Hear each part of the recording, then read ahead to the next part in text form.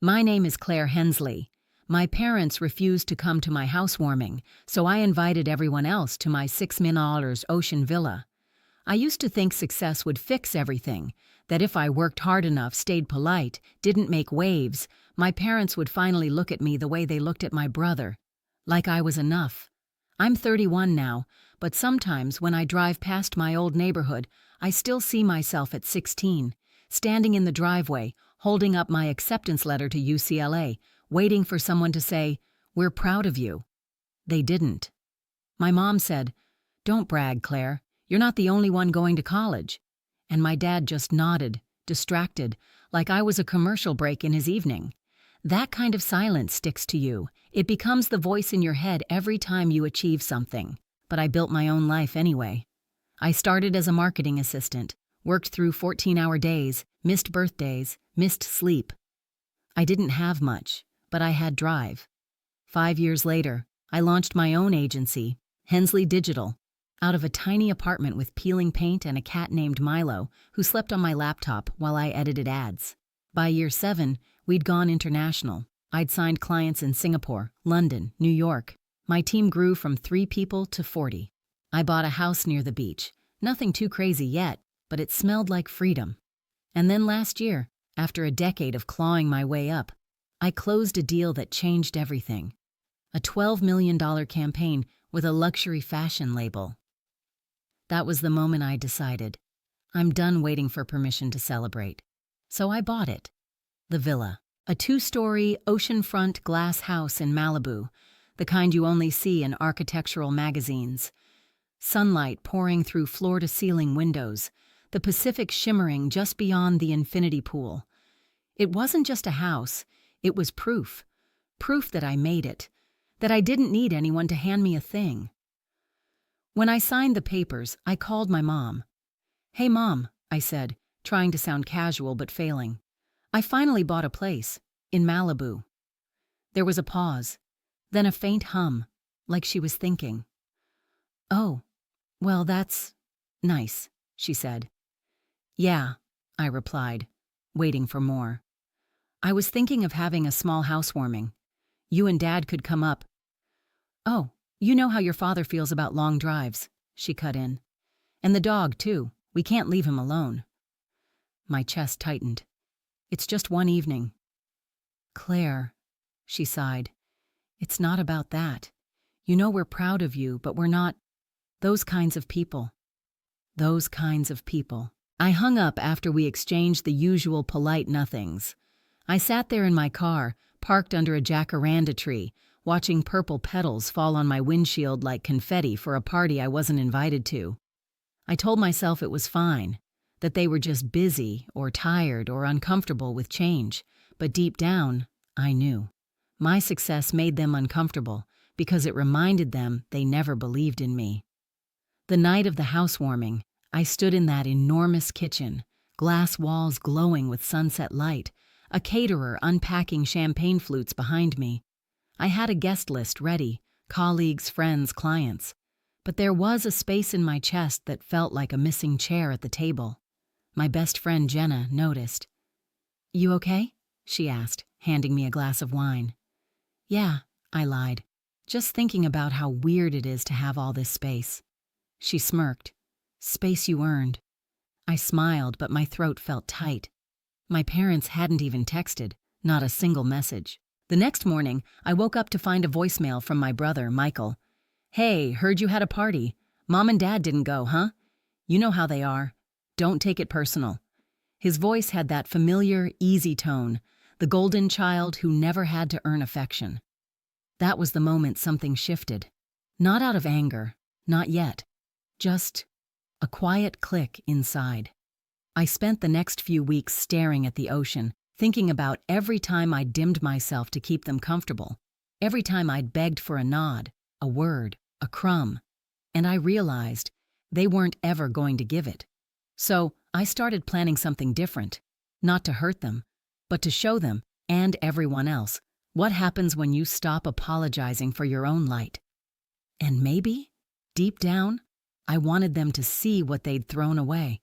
Because if they wouldn't come to my housewarming, I'd make sure everyone else would. Everyone they compared me to. Everyone they once said was doing better. If they didn't want to celebrate me as their daughter, they could watch the world do it instead. And when the invites went out, that's when everything started. The first time I felt real anger wasn't when my parents didn't come. It was a week later when my mom posted on Facebook. It was a photo of my brother and his wife standing in front of their new condo, a cookie-cutter box in the suburbs, the kind with beige siding and matching garages. The caption read, "So proud of our son and daughter-in-law for buying their first home. Hard work pays off." I stared at that post for almost a full minute. Then I scrolled down. 82 likes, 37 comments. Every distant cousin, every family friend, all of them saying, "You raised such a smart young man," and "You must be so proud." My name wasn't even mentioned. I was sitting in my office when Jenna walked in and caught me glaring at my phone. "What's wrong?" she asked. I turned the screen toward her. She frowned, reading it. "They didn't post about your place, did they?" I shook my head. Her jaw tightened. "Claire, that's messed up." I didn't respond. I just watched the light fade across the window, my reflection turning into a silhouette. That night I tried to call my mom again. She didn't answer. Then my dad texted, "We saw your place online. It's very fancy. But maybe tone it down, Claire. You don't want to make people uncomfortable." I remember reading it out loud. "Tone it down," I whispered, "because success makes people uncomfortable." It hit me like a slow punch. They weren't just indifferent. They were embarrassed by me. All those years I'd tried to be the good daughter, the one who called every Sunday, remembered birthdays, sent gifts, and they'd reduced me to a warning sign, a reminder of what not to become. The thing about quiet betrayal is that it doesn't come with shouting. It comes with politeness, with little smiles that mean nothing. A few weeks later, I flew home from my cousin's engagement dinner. It was supposed to be small, family only. I hadn't seen them in months. When I walked in, I noticed the air shift. Conversations dimmed, heads turned. My mother looked surprised, like she hadn't expected me to actually show up. "Claire, you're here," she said, kissing my cheek stiffly. "Of course," I replied. "Wouldn't miss it." But the night only confirmed what I already knew. My relatives made small talk, about traffic, about the weather. But no one asked about my business.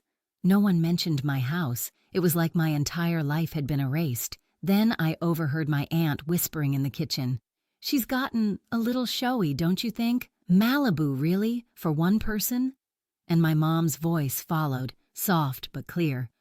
"She's just trying to prove something." That sentence, "trying to prove something," felt like glass shattering in my chest. After dinner, I drove straight to a hotel instead of staying at my parents' house like I'd planned. I couldn't stand another night of pretending. I sat on the edge of the hotel bed, staring at the muted glow of the city through the curtains. I thought about how they'd always dismissed my dreams, how when I told them I wanted to start a company, my dad said, "You'll burn out, just find a stable job." And now that I hadn't burned out, they couldn't stand to look at the fire. That's when something in me hardened. I didn't cry this time. I didn't text Jenna or scroll through old messages. I just sat there, breathing slow. They wanted me small. They wanted me humble. They wanted me invisible. So I decided to give them what they wanted, in a way they'd never forget. The next morning, I checked out, bought a latte from a corner cafe, and sat by the window. I started sketching ideas in a notebook. Not for work, but for something else. An event, a gathering. Bigger than any housewarming I'd imagined before. It would start as a celebration, but it would end as a statement.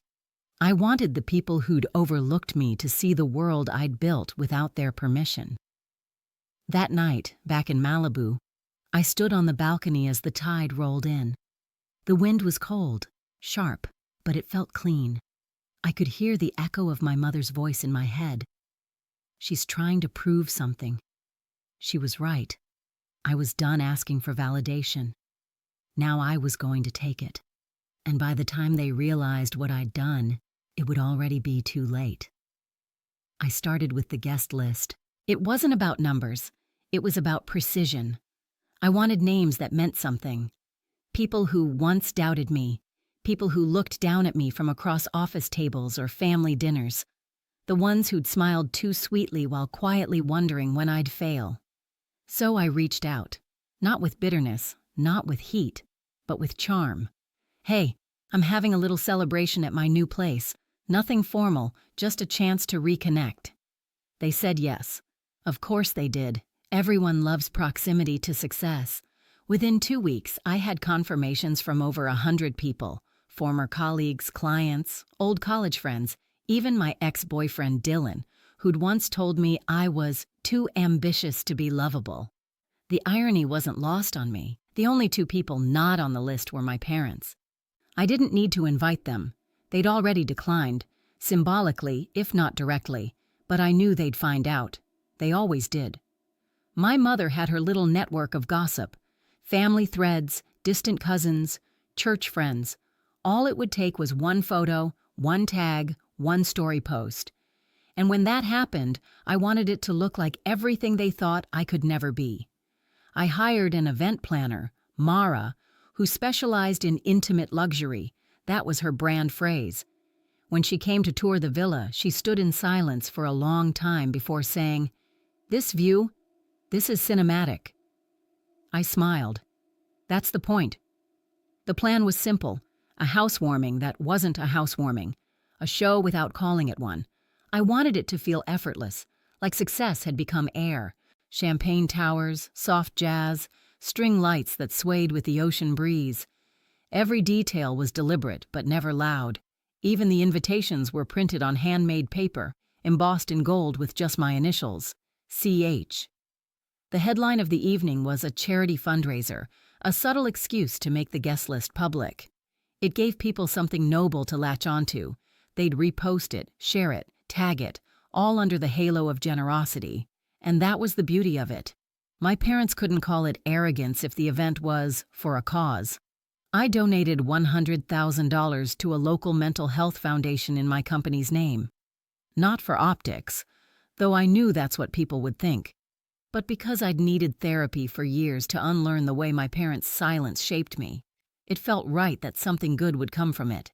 3 weeks before the event, I posted a single photo, a glimpse of the ocean through my glass balcony, a wine glass on the railing, sunset melting across the horizon. The caption read, "New beginnings deserve a little celebration." Within hours, the comments poured in. "Is this your place? Wow. Malibu? Girl, you've made it." Even my brother texted me, "Mom saw your post. She's surprised." I didn't respond. The night before the event, I barely slept. I walked through the house in silence, barefoot on cool marble, feeling the air hum with anticipation. Every candle, every flower arrangement, it all felt like choreography. Mara arrived early the next morning. "You ready?" she asked. "As I'll ever be." "You want the press access list finalized?" "Yeah, make sure everyone gets the address."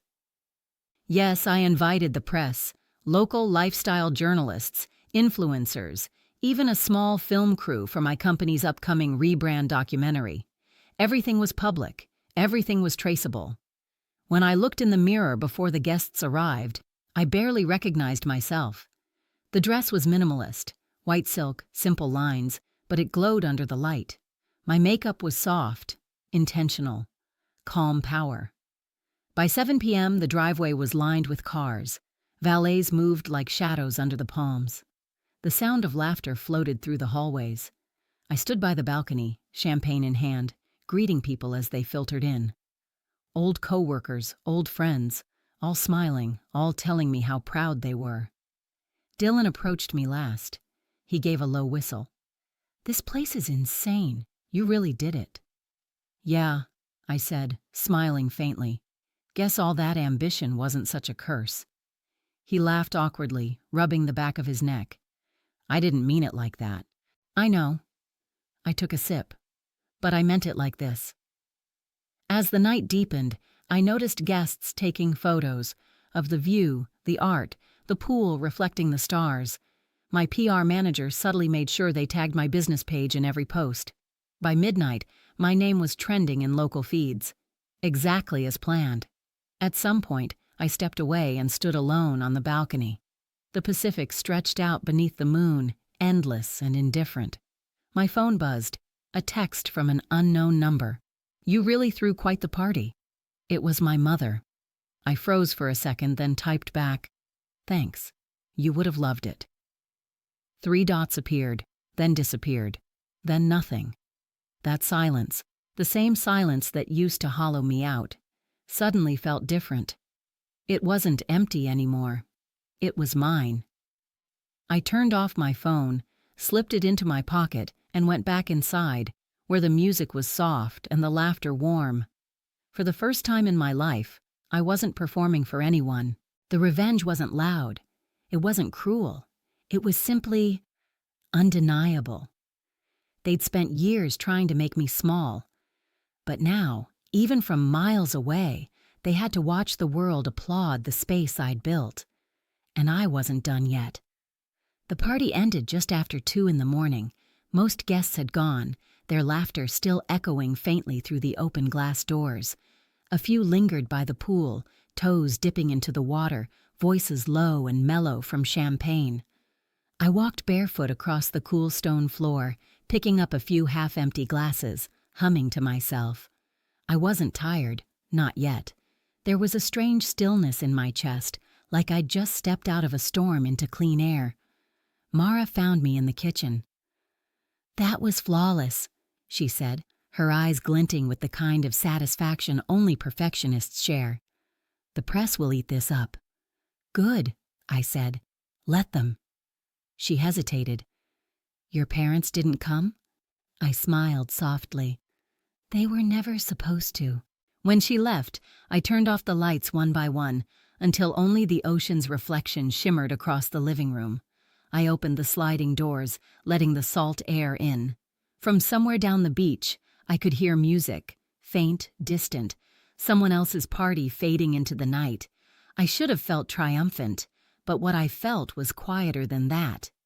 It wasn't about proving them wrong anymore. It was about finally understanding why I'd spent so long needing to. 2 days later, the photos hit social media. Every shot was perfect. The champagne tower under the sunset, the pool lights glowing blue, me standing on the balcony in that white dress. People reposted, commented, tagged me. The charity event had raised more than expected, and the foundation posted a thank you video. And just like that, my name, the one my parents had refused to say with pride, was everywhere. A few family friends messaged me. "Your parents must be so proud." I didn't reply. But I know they saw it, because my brother called that evening. "Claire," he said cautiously, "Mom's kind of upset." "About what?" He sighed. "She feels like you did this to make a point." I let out a small laugh. "And what point would that be?" "That you don't need them." I was quiet for a moment. Then I said, "That's not a point. That's just the truth." He didn't know what to say after that. Later that week, my mother sent me a short message. No greeting, no emojis. Just, "We didn't mean to make you feel like we weren't proud. We just don't relate to your world anymore." I read it 3 times. Then I deleted it. Because I finally realized something. I'd spent years trying to translate my life into a language they could understand. But maybe they weren't supposed to understand it. Maybe that's okay. The revenge wasn't the party. It wasn't the press. It wasn't the text that left her speechless. It was me, standing there in my own home with a view they couldn't reduce, finally realizing I didn't need their permission to be whole. A week later, I hosted another event, smaller, quieter, just my team and a few close friends. We sat around a fire pit, wine glasses glowing in our hands. Jenna leaned over and said, "So, what now?" I looked at the waves. "Now, I just live here." She smiled. "That's kind of the best ending." I nodded. "It is." We toasted to beginnings, not the kind people announce online, but the kind that happen inside you when you finally stop chasing ghosts. That night, after everyone left, I stood at the edge of the infinity pool and looked out at the black ocean. The water and sky blurred together, like they'd decided to stop pretending they were separate things. I thought about my parents' house, the small backyard, the porch light that flickered, the silence that used to swallow me whole. And for the first time, I didn't feel the need to fix it. I didn't even feel angry. I just felt free. Because revenge, I realized, doesn't always look like fire. Sometimes it looks like peace.